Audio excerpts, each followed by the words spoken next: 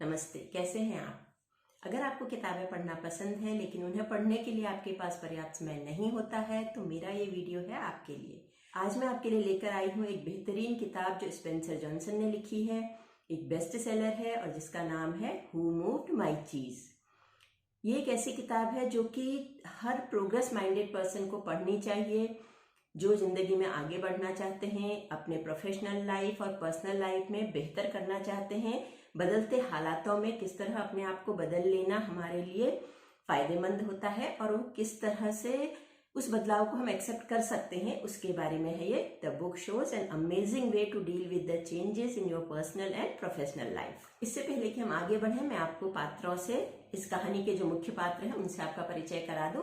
इस कहानी में 4 पात्र हैं। 2 चूहे हैं नन्हे से और 2 नन्हे मनुष्य हैं। वो देखने में तो हमारे ही जैसे हैं लेकिन बहुत छोटे हैं आकार में। जो चूहे हैं उनका नाम है स्निफ और स्करी और जो मनुष्य हैं वो हैं हैम और हॉ। इनको क्रिएट करने का जो लेखक का उद्देश्य है वो ये है कि हमारे जो व्यक्तित्व के सरल व जटिल स्वरूपों का प्रतिनिधित्व करना। भले ही हम किसी भी जाति के हों, हम किसी भी लिंग के हों, यानी हम पुरुष हों या स्त्री हों, हम किसी भी देश के रहने वाले हों, हम किसी भी उम्र के हों, हम अपनी जिंदगी में कभी स्निफ, कभी स्करी, कभी हैम तो कभी हॉ की तरह व्यवहार करते हैं। ये जो दृश्य है इस घटना का, जो कहानी का जो दृश्य है, जो मेन स्टेज है वो एक मेज है। मेज मतलब कि भूल भुलैया है, जहाँ पे कई सारे रास्ते हैं लेकिन वो सारे रास्तों में से सिर्फ एक ही सही रास्ता होता है जो हमें हमारे सही मार्ग तक, डेस्टिनेशन तक पहुंचा सकता है। लेकिन उन अनेक रास्तों में ऐसे अंधियारे गलियारे भी होते हैं जिनमें हमारे भटक जाने का बहुत खतरा होता है और उनसे निकल पाना एक बहुत बड़ा चैलेंज होता है, वहां अपना सही मार्ग ढूंढ पाना। ये जो भूल भुलैया है वो हमारे संसार को, हमारे वर्ल्ड को, हमारे प्रोफेशनल वर्ल्ड को, हमारे पर्सनल वर्ल्ड को डिस्क्राइब करता है, जहां हम हर वक्त अपनी जो सफलता है उसको हम ढूंढ रहे होते हैं। जो पात्रों का चरित्र चित्रण है वो कुछ इस तरह है। स्निफ स्निफ्स आउट चेंज अर्ली, यानी वो जल्दी से बदलाव को सूंघ लेता है। विजनरी है, दूर की सोचता है। स्करी है जो स्करीज इनटू एक्शन, वो तुरंत हरकत में आ जाता है, वो फटाफट काम शुरू कर देता है, वो ज्यादा सोचता विचारता नहीं है। हैम है who denies and rejects change as he fears it will worsen the situation. जो हैम है वो हमेशा बदलाव से कतराता है, उससे दूर भागता है क्योंकि उसको लगता है कि ये जो बदलाव है इससे परिस्थितियां और ज्यादा खराब हो जाएंगी। और जो हॉ है वो ही learns to adapt in time when he see changes lead to something better. उसको जैसे ही इस बात का एहसास होता है कि जो बदलाव है वो बेहतरी के लिए है तो वो तुरंत से बदलाव को स्वीकार कर लेता है, एक्सेप्ट कर लेता है और उसके हिसाब से वो अपने आप में जो बदलाव है वो ले आता है।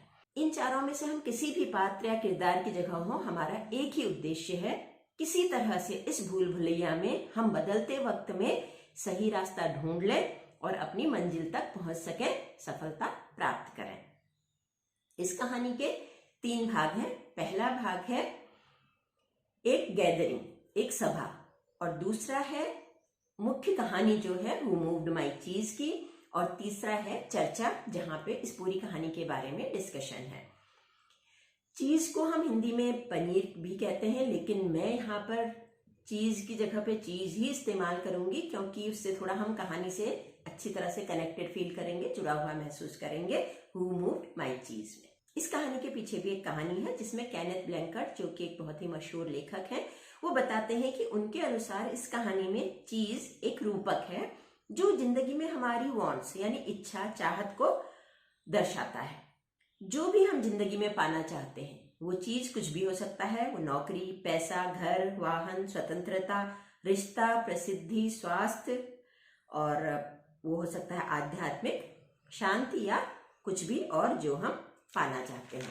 हम में से प्रत्येक का चीज का एक अलग ही आइडिया है, हमारी एक अलग ही अवधारणा है और हम उस चीज का पीछा करते हैं, उसे पाना चाहते हैं क्योंकि हमें लगता है कि वह चीज हमें खुशी देगी। कहानी में मेज यानी भूल भुलैया इस जगह का प्रतिनिधित्व करती है जहां वो जो चीज है हमारा, उसको पाने में हम समय व्यतीत करते हैं, हमारी व्यक्तिगत जिंदगी और हमारी व्यवसायिक जिंदगी में।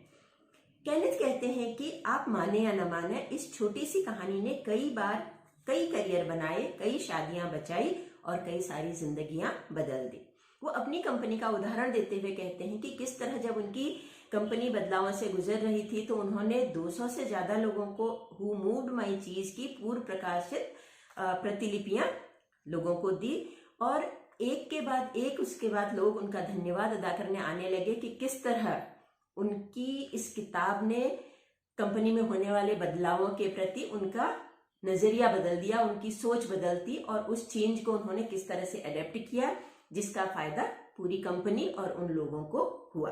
वास्तविक जीवन में इस कहानी की भूमिका पर प्रकाश डालते हुए केनेथ बताते हैं कि किस तरह से एनबीसी टीवी के सम्माननीय प्रसारक ब्रॉडकास्टर चार्ली जोन्स का करियर इस किताब ने बचा लिया और उनकी आजीविका, उनकी रोजी रोटी बचा ली। चार्ली ने ओलंपिक खेलों में ट्रैक एंड फील्ड इवेंट्स के प्रसारण में बेहतरीन काम किया था, इसलिए जब उनके बॉस ने उन्हें बताया कि उन्हें अगले ओलंपिक में ट्रैक एंड फील्ड से हटाकर स्विमिंग और डाइविंग का प्रसारण सौंपा गया है तो वो बहुत ही परेशान और निराश हो गए।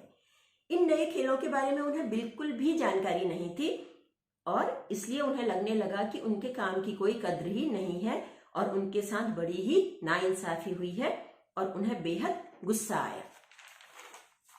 उन्होंने अपने आप को अपमानित महसूस किया कि इतना अच्छा काम करने के बाद मुझे उन काम से हटा दिया गया।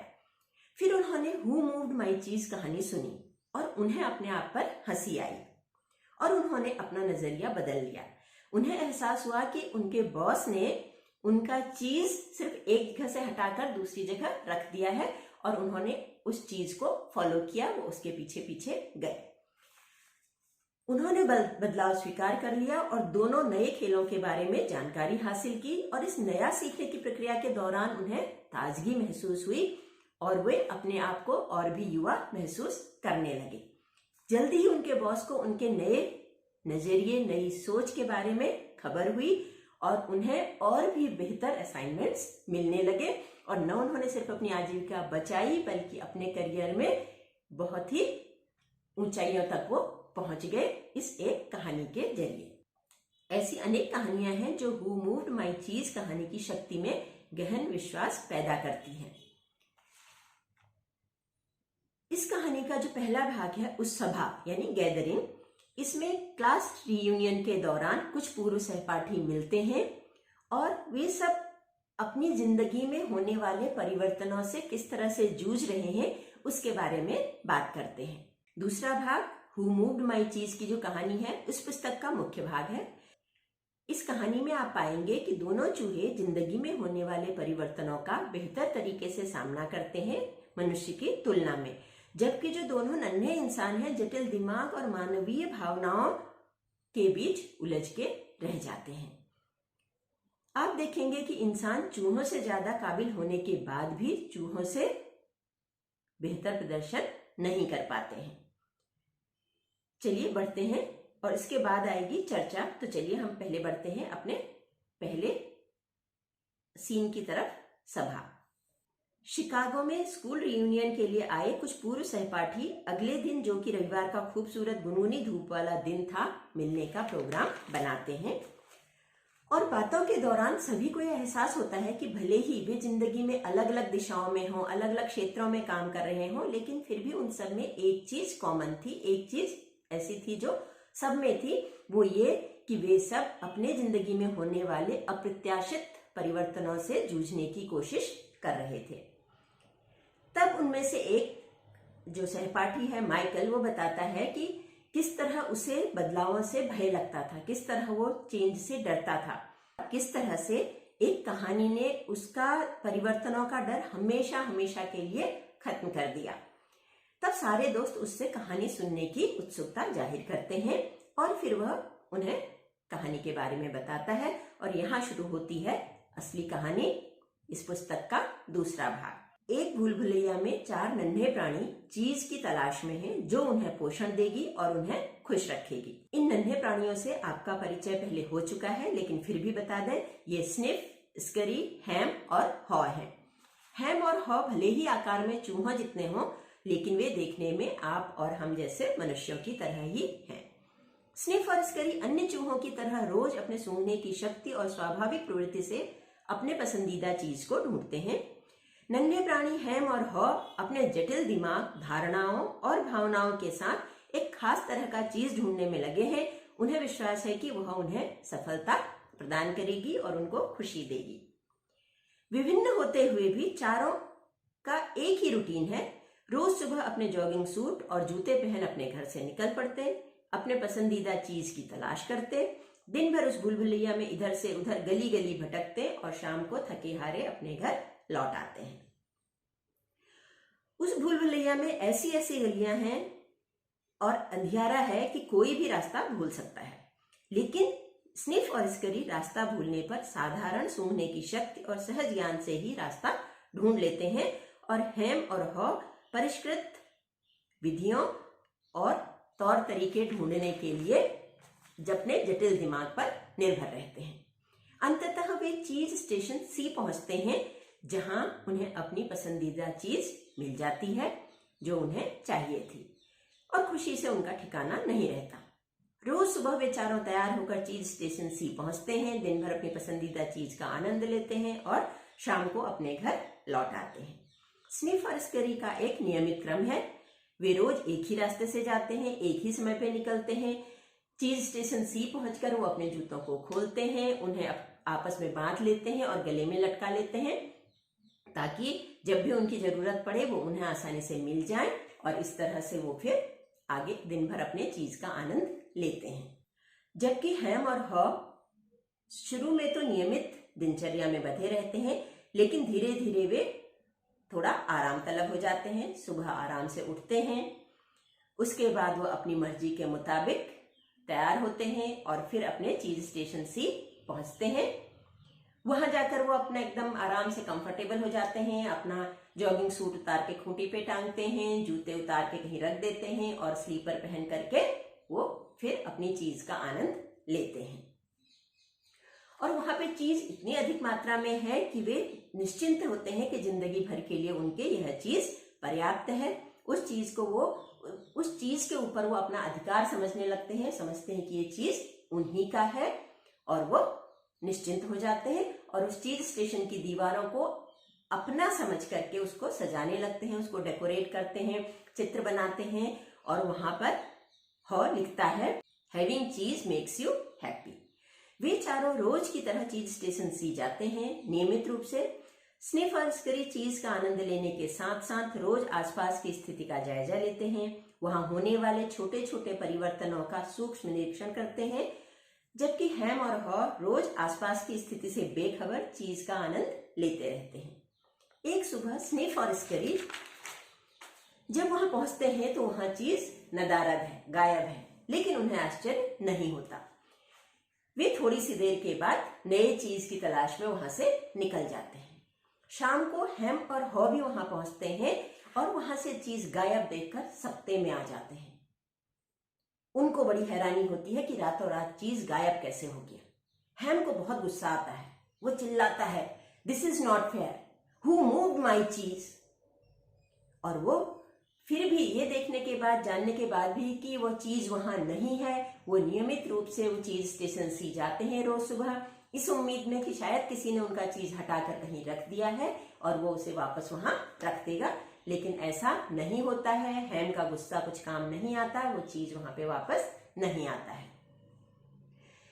काफी परेशान होने के बाद, निराश होने के बाद हॉ के दिमाग में ख्याल आता है कि अब यहाँ पे चीज हमें नहीं मिलने वाला है, तो हमें नई जगह जाकर के चीज की तलाश करनी चाहिए।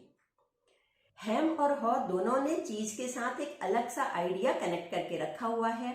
हॉ के लिए चीज का मतलब था सुरक्षित महसूस करना, एक कॉटेज चीज घर होना जिसमें वो अपने परिवार के साथ रहेगा, लेकिन हॉ ने उसके साथ, अपने चीज के साथ बड़े बड़े सपने जोड़ लिए थे और ये चीज उसके उन सपनों को पूरा करने में उसकी मदद करने वाला था। लेकिन अब वो चीज वहां से गायब था तो उनका परेशान होना स्वाभाविक था।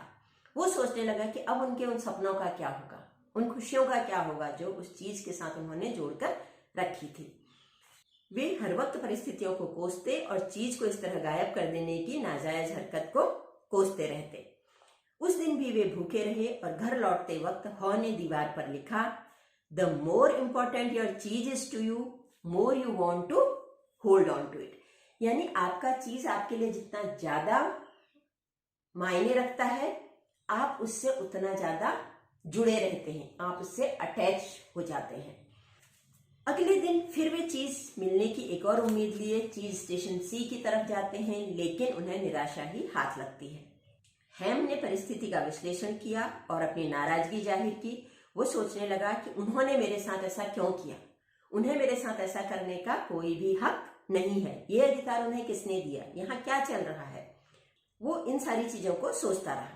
इस बीच हॉक को अपने साथी चूहों का ख्याल आया और उसे लगा कि चूहे स्मार्ट हैं, उन्होंने अवश्य ही यह पता लगा लिया होगा कि चीज कहाँ है और वो बड़े मजे में उस चीज का आनंद ले रहे होंगे। फिर हॉ ने कहा, लेकिन हम इंसान हैं और चूहों से ज्यादा स्मार्ट हैं, लेकिन हम अपनी काबिलियत का सही इस्तेमाल नहीं कर रहे हैं। हमें खुद को बदलना चाहिए और चीज की तलाश कहीं और करनी चाहिए। लेकिन हैम को यह मंजूर नहीं था। उसका मानना था कि चीज पाना उसका हक था और उससे उसका यह हक कोई भी नहीं छीन सकता था। किसी को अधिकार नहीं था कि अचानक उनका चीज रातों रात इस तरह गायब कर दिया जाए। यहाँ जब हैम और हॉ इस बहस में उलझे थे कि क्या करना चाहिए और स्निफ और स्करी लगातार अपने एकमात्र मकसद पर ध्यान केंद्रित किए चीज की तलाश में लगे हुए थे, और जल्दी ही उन्होंने चीज स्टेशन एन ढूंढ लिया, जहां पर चीज का भंडार था, जो इतना बड़ा था कि इससे बड़ा चीज का भंडार उन्होंने अपनी जिंदगी में कभी नहीं देखा था। उन्हें अपनी आंखों पर विश्वास नहीं हुआ। वे खुशी से झूमने लगे। इधर हैम और हॉ पर चीज न मिलने का प्रभाव दिखने लगा था। वे चिड़चिड़े हो गए थे और इस परिस्थिति के लिए एक दूसरे को जिम्मेदार ठहराने लगे थे। वे सोचने लगे कि उनके मित्र स्निफ और स्करी कैसे होंगे। शायद उन्हें चीज मिल गया हो या फिर वो भी भूखे होंगे। कभी कभी हॉ को लगता कि दोनों चूहे नई चीज का आनंद ले रहे हैं। वो जितना ज्यादा इस बारे में कल्पना करता, उस चीज का स्वाद उसके मुंह में भर जाता और उसे बड़ा ही अच्छा महसूस होता। उसने तय किया कि वह यह जगह छोड़ देगा और नई जगह चीज की तलाश करेगा। लेकिन हैम को लगता था कि वह इस सब मेहनत के लिए काफी बूढ़ा हो चुका है और भूल भुलैया में खो जाने का खतरा वो मोल लेना नहीं चाहता था। हैम को मनाना कठिन था, परंतु दिन प्रतिदिन शरीर क्षीण होते जा रहा था, ऊर्जा का ह्रास हो रहा था। वे सो नहीं पा रहे थे और अगर थोड़ी देर वो सो भी पाते तो उन्हें दुःस्वप्न आने लगते चीज के बारे में। तो भारी मन से उन्होंने वो जगह छोड़ने का फैसला किया। लेकिन चीज स्टेशन के पास घर बना लेने से वे लापरवाह हो गए थे। अब यहाँ पे आपको बता दें कि ताकि आने जाने में आराम रहे, इसके लिए उन्होंने चीज स्टेशन के पास ही अपना घर भी शिफ्ट कर लिया था। और घर पास में होने से वे थोड़ा लापरवाह होने लगे थे और उन्हें दौड़ने वाले जूतों और जॉगिंग सूट की जरूरत नहीं पड़ेगी सोचकर उन्होंने पता नहीं वो कहाँ रख दिए थे। उन सबको ढूंढने में उन्हें वक्त लगा। हैम ने फिर एक बार चीज स्टेशन सी पर जाने की इच्छा जाहिर की, लेकिन हॉ ने निश्चय कर लिया था कि वे यह जगह छोड़ देंगे।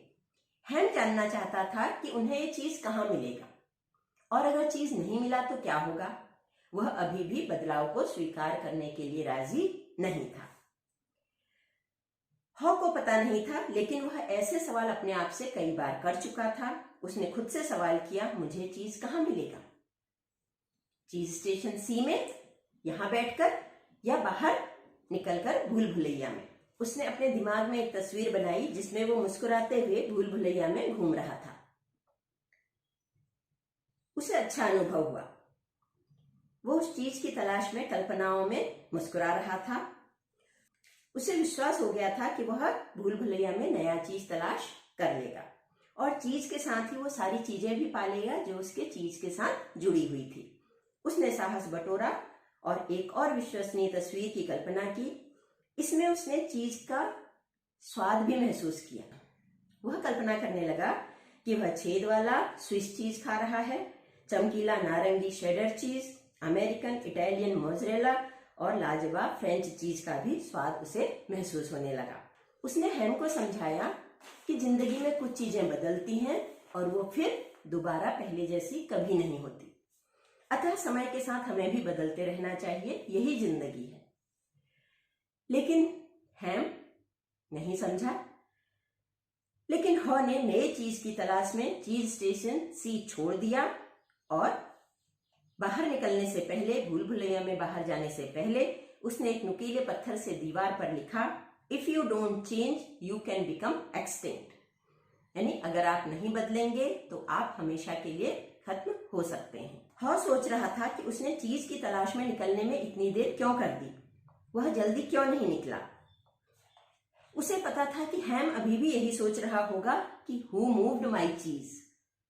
हालांकि यहां उसे काफी समय से चीज नहीं मिला था, परंतु फिर भी कुछ था जो उसे वापस चीज स्टेशन सी की तरफ खींचता था। बार बार उसे अपना कंफर्ट जोन याद आता था। उससे बाहर निकलने और बाहर जाकर असफल होने की आशंका उसे अभी भी डरा रही थी। वो बार बार सोचता था कि वो वापस जाए। फिर उसने दीवार पर लिखा, what would you do if you वेरेंट afraid. यानी अगर तुम डरते नहीं तो तुम क्या करते। उसने अपने आप से सवाल किया और उसे कुछ देर तक घूरता रहा। हॉ ने जो दीवार पर लिखा था वह उसके बारे में सोचने लगा। उसने महसूस किया कि थोड़ा सा डर तुम्हें कर्म करने को प्रेरित करता है, यानी थोड़ा सा डर होना अच्छा है। लेकिन जब वह तुम्हें कुछ भी करने से रोकने लगे तो वो ठीक नहीं है। उसे लगा उसने चीज स्टेशन सी पर बहुत वक्त बर्बाद किया क्योंकि उसे कमजोरी महसूस हो रही थी। फिर उसने खुद को देर आए दुरुस्त आए कहकर दिलासा दिया और तलाश जारी रखी। अगले कई दिन तक हॉ को थोड़ा थोड़ा चीज यहां वहां मिलता रहा, लेकिन उसने सोचा हालांकि यह सफर कठिन है, तकलीफ देह है, लेकिन फिर भी चीज न होने वाली स्थिति या नए चीज की तलाश न करने वाली स्थिति से बेहतर है। और फिर जब स्निफ और स्करी चूहे होकर यह काम कर सकते हैं तो वो क्यों नहीं। अब उसने चीज स्टेशन सी की स्थिति के बारे में सोचना शुरू किया और उसे एहसास होने लगा कि वहां चीज एकदम गायब नहीं हुआ था। वह धीरे धीरे कम हो रहा था और जैसे जैसे वह पुराना हो रहा था उसका स्वाद भी बिगड़ने लगा था। शायद वह सड़ने भी लगा हो, लेकिन उसने कभी ध्यान ही नहीं दिया। यदि वह सावधान रहता और उसने बदलते वातावरण की ओर ध्यान दिया होता तो उन्हें इन हालातों का सामना नहीं करना पड़ता। शायद स्निफ और स्करी ने बदलाव महसूस कर लिया था। उसने निश्चय किया कि अब वो भविष्य में अधिक सावधान रहेगा और बदलाव के लिए तैयार रहेगा। उसने फिर भूल भुलैया की दीवार पर लिखा, स्मेल द चीज often so you know when it is getting old. यानी अपने चीज को बार बार सूंघते रहो ताकि तुम्हें पता चलता रहे कि कहीं वह पुराना तो नहीं हो रहा, उसमें से बदबू तो नहीं आने लगी। हॉ को अभी तक सफलता नहीं मिली थी। उसकी शारीरिक शक्ति उसका साथ छोड़ रही थी। उसे डर लग रहा था कि वह जिंदा नहीं रहेगा। वह सोचने लगा कि काश हैम उसके साथ होता। उसने फिर खुद से वही सवाल किया, what would I do if I वेरेंट afraid. यानी मैं क्या करूंगा अगर मुझे डर ना लग रहा हो तब। वह अपने डर पर काबू पाने की कोशिश कर रहा था। वह भयभीत था, परंतु वह इसको स्वीकार करना नहीं चाहता था। वह सोचने लगा कि काश हैम अपने डर से निकल पाता। हो सकता है वह अभी भी चीज स्टेशन सी पर ही अपने चीज के वापस आने की प्रतीक्षा कर रहा हो। फिर उसने इस उम्मीद में कि शायद हैम वहां से गुजरे और उसे कुछ दिलासा मिले, उसने दीवार पर लिखा, movement in a new direction helps you find new चीज। यानी एक नई दिशा में चलना आपको नया चीज पाने में मदद कर सकता है। हॉ ने अंधेरे गलियारों की तरफ देखा। उसे डर लगा, पता नहीं वहां आगे क्या होने वाला है। शायद कुछ खतरा होगा या कोई खतरनाक प्राणी हो सकता है। फिर उसे अपने डर पर हंसी आने लगी। उसने महसूस किया कि उसका डर स्थिति को और भयावह बना रहा था। उसने अंधेरे गलियारे की ओर दौड़ना शुरू किया। उसने भय को जाने दिया और अपने आप पर भरोसा करना शुरू किया। वो जैसे जैसे आगे बढ़ता जाता उसका डर कम होता जाता और उसने अपने आप को उस चीज पर, उस भय से मुक्त किया और उस चीज के ऊपर ध्यान केंद्रित करना शुरू किया कि आगे उसके लिए क्या आने वाला है। जैसे उसका डर कम होता गया, एक नई उम्मीद उसके मन में जगती गई। उसका विश्वास बढ़ने लगा और उसमें एक नई ऊर्जा का संचार होने लगा। उसने सोचा, उसे अभी तक चीज भी नहीं मिला है, परंतु फिर भी उसे इतना अच्छा क्यों लग रहा है। जल्दी ही उसे इसका उत्तर मिल गया और उसने फिर रुककर एक दीवार पर लिखा, When you stop feeling afraid, you feel good. यानी जब तुम डरना बंद कर देते हो तो तुम्हें अच्छा महसूस होता है। हॉ को एहसास हुआ कि वह अपने ही डर का बंधक बना हुआ था और एक नई दिशा में बढ़ने के उसके निर्णय ने उस बंधन से उसे आजाद कर दिया। वह भय से मुक्त था और अब ताजगी महसूस कर रहा था। उसे बहुत आनंद आ रहा था और उसने ऐसा काफी लंबे समय बाद महसूस किया था। वह एक ताजी हवा में सांस ले रहा था। इस अनुभव को और अधिक आनंदमय बनाने के लिए उसने अपने दिमाग में फिर से तस्वीरें उकेरना शुरू किया। वह कल्पना में बेहतरीन चीज का स्वाद अनुभव करने लगा। वो जितना ज्यादा कल्पना का आनंद लेता, उसको नया चीज उतना ही वास्तविक लगने लगता और विश्वसनीय लगने लगता। उसे महसूस होने लगा कि उसे जल्दी ही नया चीज मिल जाएगा। उसने लिखा, Imagining yourself enjoying your new cheese leads you to it.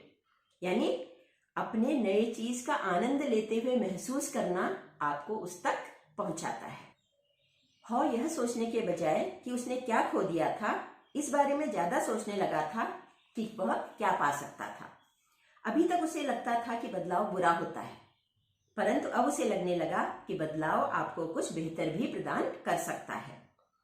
उसने खुद से सवाल किया, उसने पहले क्यों ऐसा नहीं सोचा? वह भूल भुलैया में दौड़ने लगा और अधिक ताकत से और अधिक फुर्ती के साथ दौड़ने लगा और चीज के कुछ टुकड़े जो उसने पहले कभी नहीं देखे थे, ऐसे टुकड़े यहां वहां उसको दिखाई देने लगे। उसने उन्हें चखा, वे बड़े ही स्वादिष्ट थे। उसने खाया जितना वो खा सकता था और कुछ अपनी जेबों में भर लिया आगे की जरूरत के लिए। उसने चीज स्टेशन में प्रवेश किया, परंतु वहां जाके वह बहुत निराश हुआ क्योंकि वो खाली था। वहां चीज के सिर्फ कुछ बचे खुचे टुकड़े पड़े थे, जिससे उसे आभास हुआ कि वहां शायद कोई पहले आ चुका था।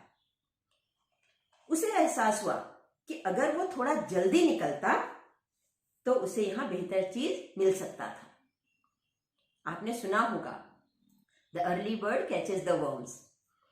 उसने सोचा वापस जाकर देखें कि क्या हैम उसके साथ चलने को तैयार है। उसको फिर दोस्त की याद आने लगी। उसने सोचा जाके उसे देखूं तो सही। वह वापस जाने को मुड़ा और रुककर उसने दीवार पर लिखा, the quicker you let go of old cheese the sooner you find new cheese. आप अपने पुराने चीज को जितने जल्दी उससे अपना लगाव छोड़ दोगे, उतने ही जल्दी आपको नया चीज मिलेगा। कुछ समय बाद वह वापस चीज स्टेशन सी पहुंचा और हैम को नए चीज के टुकड़े देने की पेशकश की, लेकिन हैम ने उसे ठुकरा दिया। उसने हॉ को धन्यवाद देते हुए कहा, मुझे नहीं लगता मुझे ये नया चीज पसंद आएगा। मुझे इसकी आदत नहीं है। मुझे मेरा चीज वापस चाहिए और मैं तब तक नहीं बदलूंगा जब तक मुझे वो नहीं मिल जाता जो मैं चाहता। हॉ ने निराशा में सिर हिलाया और अपने मार्ग पर वापस चला गया। वह खुश था कि उसने समय रहते अपने डर पर विजय पा ली थी और अपने कंफर्ट जोन यानी सहज क्षेत्र से बाहर आने की हिम्मत की थी। वह अपने मित्र के लिए दुखी भी था, लेकिन वह कमजोर नहीं था। जैसा वह चीज स्टेशन सी में महसूस कर रहा था, उसे विश्वास था कि यह थोड़े समय की बात है, जल्दी ही वह पा लेगा जो वह चाहता है। बल्कि उसे ऐसा लगने लगा था जैसे उसने लगभग वह पा ही लिया है। वह मुस्कुराया और उसे एहसास हुआ, it is safer to search in the maze than remain in a cheeseless station. उसने कहा कि भूल भुलैया में नए चीज की तलाश में भटकना ज्यादा सुरक्षा देता है, बजाय इसके कि चीजलेस स्टेशन में जहां चीज न हो ऐसी जगह पे रुके रहना। उसने एक बार फिर महसूस किया, तुम जिस चीज से डरते हो वह असल में उतना बुरा नहीं होता जितना तुम कल्पना कर लेते हो, जितना बुरा तुम सोच लेते हो। पहले वो हमेशा यही सोचता रहता था कि क्या बुरा हो सकता है, अगर चीज मिले ही ना तो, या अगर मिल भी जाए तो बहुत थोड़ा हो, तो जितनी उसे जरूरत है उसके मुकाबले वो बहुत कम हो, उसके लिए पर्याप्त न हो तो। लेकिन जब से उसने चीज स्टेशन सी छोड़ा था और अपने डर पर विजय प्राप्त कर ली थी, उसकी सोच बदल गई थी। अब वो इस बारे में सोचता था कि क्या अच्छा हो सकता था। उसने जान लिया था कि बदलाव या परिवर्तन प्राकृतिक और सतत प्रक्रिया है जो निरंतर होता रहेगा भले ही तुम चाहो या ना चाहो, तुम उसे स्वीकार करो या ना करो, तुम्हें उसका अनुमान हो या ना हो, लेकिन परिवर्तन तुम्हें अचंभित तभी करेगा, तुम उससे शॉक्ड तभी होगे जब तुम उसके लिए तैयार नहीं हो। अपने विचारों को विराम देते हुए उसने फिर दीवार पर लिखा, old beliefs do not lead you to new change, यानी आपकी पुरानी धारणाएं आपको नई चीज तक नहीं पहुंचने देती हैं। हॉ को अभी तक चीज नहीं मिला था, लेकिन भूल भुलैया में दौड़ते भागते वह उस बारे में सोचता रहा जो उसने इस तलाश के दौरान सीखा था। उसे अब एहसास हो गया था कि उसकी नई अवधारणाएं और नई सोच उसके नए व्यवहार को प्रोत्साहन दे रही थी। वह अब उस वक्त की तुलना में अलग तरीके से व्यवहार कर रहा था, जैसा वो तब करता था जब वह बार बार चीज स्टेशन सी की तरफ लौटना चाहता था या लौटते रहता था। उसने जान लिया था कि जब तुम अपना यकीन बदल लेते हो तब वह भी बदल जाता है जो तुम करते हो। तुम यह यकीन कर सकते हो कि परिवर्तन तुम्हें नुकसान पहुंचाएगा और तुम बदलने का प्रतिरोध कर सकते हो, अर्थात बदलना नहीं चाह सकते हो। या फिर तुम यह यकीन कर सकते हो कि नया चीज तुम्हारे लिए फायदेमंद साबित होगा और तुम परिवर्तन को स्वीकार कर सकते हो। ये पूरी तरह तुम पर निर्भर करता है कि तुम क्या यकीन करना चाहते हो, कि परिवर्तन नुकसान देगा या परिवर्तन तुम्हारे लिए फायदेमंद होगा। उसने दीवार पर लिखा, When you see that you can find and enjoy new चीज, you can change course। जब तुम यह देखते हो कि तुम नया चीज पा सकते हो और उसका आनंद ले सकते हो, तो तुम्हारा काम करने का तरीका बदल जाता है या तुम्हारी दिशा बदल जाती है। हॉ जानता था कि यदि बदलाव को अस्वीकार न कर उसने चीज स्टेशन को जल्दी छोड़ा होता तो आज वह बहुत बेहतर स्थिति में होता। अपने अतीत से जुड़े रहकर वहां से बाहर निकलने में देरी करके उसने अपने नए चीज को पाने में देर कर दी थी। अब उसने और भी स्वादिष्ट चीज का स्वाद लेने की कल्पना करते हुए भूल भुलैया के अनजान क्षेत्रों में जाने का निश्चय किया, जहां से वह अभी तक नहीं गुजरा था। भूल भुलैया के कई हिस्सों में उसने अपने सीखे हुए अनुभव लिखे थे और ये उसके लिए दिशा निर्देश की तरह काम कर रहे थे, और वह खुद को दोबारा उन हिस्सों में भटकने से बचा ले रहा था जहां पे वह पहले जा चुका था। उसे उम्मीद थी कि वह सही दिशा में जा रहा है और उसने सोचा कि वह जो लिख रहा है उसे पढ़कर हैम भी अपना रास्ता ढूंढ पाएगा। फिर उसने दीवार पर वह लिखा जो वह बहुत देर से सोच रहा था, noticing small changes early helps you adopt to the bigger changes that are to come, यानी छोटे छोटे बदलावों की ओर ध्यान देने से आप आने वाले उन बड़े बदलावों के प्रति सचेत रह सकते हो। अब तक वह अपने अतीत को पूरी तरह पीछे छोड़ चुका था और भविष्य के बारे में सोच रहा था। वह तेज गति से चलता रहा और जल्दी ही उसकी यात्रा का सुखद अंत हुआ। वह एक लंबे गलियारे से होता हुआ एक कोने पर मुड़ा जो उसके लिए नया था, और उसके सामने था चीज स्टेशन एन। जब वह अंदर गया तो वह देखता ही रह गया। वहां हर जगह चीज का अपार ढेर लगा हुआ था।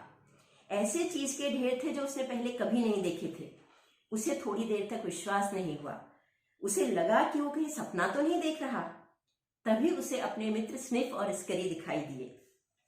उन्होंने हॉ का स्वागत किया। उनकी थोड़ा बाहर निकलती तौंद बता रही थी कि उन्हें यहाँ आए हुए कुछ वक्त हो चुका था। हॉ ने जल्दी से उनके अभिवादन का उत्तर दिया और अपनी पसंदीदा चीज के कुछ निवाले उदरस्त किए। उसने अपने जूते खोले और इस बार उन्हें इधर उधर रखने के बजाय आपस में बांधकर गले में लटका लिया। पता नहीं कब फिर उनकी जरूरत पड़ जाए। स्निफ और स्करी हंसे और उन्होंने प्रशंसा के अंदाज में अपना सिर हिला दिया और हॉ अपने नए चीज पर टूट पड़ा। अच्छा खासा खा लेने के बाद एक चीज का टुकड़ा उसने हवा में लहराया और टोस्ट किया। Hurray for change. चीज का आनंद लेते हुए उसने जो कुछ सीखा था उसका पुनरावलोकन किया। उसने माना कि जब वह बदलाव से डर रहा था वह उस चीज के भ्रम को पाले हुए था जो अब उसका था ही नहीं। उसने महसूस किया कि भूखे मर जाने के भय ने उसे बदलने में मदद की और वह खुद पर हंसने लगा। उसे एहसास हुआ कि उसने बदलना तब शुरू किया जब उसने अपनी गलतियों और अपने आप पर हंसना सीख लिया। उसने जाना कि बदलने का सबसे आसान तरीका है खुद की बेवकूफियों को जानना और उन पर हंसना। जब तुम यह सीख लेते हो तब तुम अतीत से अपना दामन आसानी से छुड़ा पाते हो और आगे बढ़ जाते हो। और यहीं पर हम अक्सर बहुत देर कर देते हैं। उसे पता था कि उसने अपने काफी फायदेमंद सबक अपने मित्र स्निफ और स्करी से लिए थे, जिन्होंने चीज का जरूरत से ज्यादा विश्लेषण नहीं किया और जिंदगी को आसान रखा, उसे जटिलताओं से दूर रखा, उनमें उलझे नहीं रहे। जब परिस्थितियां बदली और चीज हटा दिया गया तो उन्होंने शीघ्र ही अपने आप को बदला और चीज के साथ साथ खुद भी चल पड़े। अपने तीव्र मस्तिष्क से उसने चूहों से कुछ बेहतर किया था। वो था बहुत बेहतर पाने की विस्तार में वास्तविक चीज की कल्पना करना। उसने अपनी अतीत की गलतियों पर विचार किया और उसके सीखे सबक को भविष्य की योजना बनाने में प्रयोग किया। उसने जाना कि बदलाव से जूझने की प्रक्रिया सीखी जा सकती है। The process of change can be learned. तुम चीजों को सरल रखने के प्रति जागरूक रह सकते हो और बदलाव के प्रति लचीलापन अपना सकते हो, जिससे तुम्हें जल्दी से जल्दी आगे बढ़ने में मदद मिलेगी। तुम्हें मामले को जरूरत से ज्यादा उलझाने की जरूरत नहीं है और ना ही तुम्हें खुद को डराने वाली धारणाओं से भ्रमित होने देना चाहिए। अगर तुम छोटे छोटे परिवर्तनों पर ध्यान देते रहो तो तुम आने वाले बदलावों के लिए खुद को नई परिस्थितियों के अनुरूप बेहतर तरीके से तैयार कर सकते हो। उसने महसूस किया कि उसे जल्दी बदलना चाहिए। यदि बदलने में देर की तो हो सकता है कि तुम बिल्कुल भी न बदल पाओ। उसे स्वीकार करना पड़ा कि तुम्हें आगे बढ़ने से रोकने वाला सबसे बड़ा अवरोध तुम्हारे ही भीतर है और तब तक कुछ नहीं बदलेगा जब तक तुम खुद को ना बदलो। और शायद सबसे महत्वपूर्ण बात ये कि बाहर हमेशा नया चीज मौजूद है। ये बात और है कि तुम उसे पहचान न पाओ, और जब तुम अपना भय और अपना अतीत पीछे छोड़ देते हो तब ये तुम्हें पुरस्कार स्वरूप मिलता है। उसने जाना कि परिवर्तन का सम्मान करना चाहिए। उसे एहसास हुआ कि उसके बहुत सारे डर बेतुके थे और जब उसे जरूरत थी उसे आगे बढ़ने से रोक रहे थे, उसे बदलने से रोक रहे थे। लेकिन उसने स्वीकार किया कि यह बदलाव अप्रत्यक्ष रूप में वरदान था। It was a blessing in disguise. ये सब याद करते करते उसे अपने मित्र हैम का ध्यान आया। वो सोचने लगा कि उसने उसके भूल भुलैया की दीवारों पर लिखे हुए संदेश पढ़े होंगे या नहीं, या चीज स्टेशन सीख पर लिखे संदेश पढ़े होंगे या नहीं। वो सोचने लगा कि वो चीज स्टेशन जाकर हैम को बताए कि किस तरह वो अपनी कठिन परिस्थितियों पर विजय पा सकता है। फिर उसे लगा कि वह पहले ही कई बार हैम को बदलने की नाकाम कोशिश कर चुका है।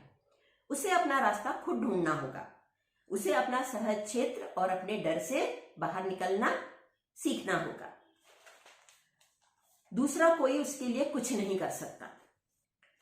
उसे अब स्वयं को बदलने से होने वाले फायदों के बारे में सोचना था कि वह अपने लिए आगे क्या कर सकता था। उसे पता था कि उसने हैम के लिए पद चिन्ह छोड़े हैं और अगर वह चाहेगा, उसके लिखे कथनों को पढ़ेगा तो निश्चय ही वह अपना रास्ता ढूंढ लेगा। वह आगे बढ़ा और अपने सारे सबक जो उसने सीखे थे उनका सार भूल भुलैया की सबसे बड़ी दीवार पर लिखा और उसके चारों ओर उसने चीज की एक बड़ी सी तस्वीर बनाई और अपने लिखे सबक पर नजर दौड़ाकर वो मुस्कुराने लगा। उसने दीवार पर लिखा, चेंज हैपेंस, यानी बदलाव होता है। दे कीप मूविंग द चीज, लोग आपका चीज हटाते रहते हैं। एंटिसिपेट चेंज, यानी बदलाव का अनुमान लगाओ कि वह कब होने वाला है। गेट रेडी फॉर द चीज टू मूव, और अपने चीज के हटाए जाने के लिए तैयार रहो। मॉनिटर चेंज, बदलाव पर निगाह रखो। स्मेल द चीज often so you know when it is getting old, अपने चीज को सूंघते रहो ताकि तुम्हें पता चले कि वह पुराना हो रहा है। एडेप्ट फॉर चेंज क्विकली, और बदलाव को तेजी से स्वीकार करो। The quicker you let go of old cheese the sooner you can enjoy new cheese, आप अपने पुराने चीज से जितने जल्दी खुद को अलग कर लोगे, नई चीज को उतने जल्दी पा सकते हो। चेंज यानी खुद को बदलो।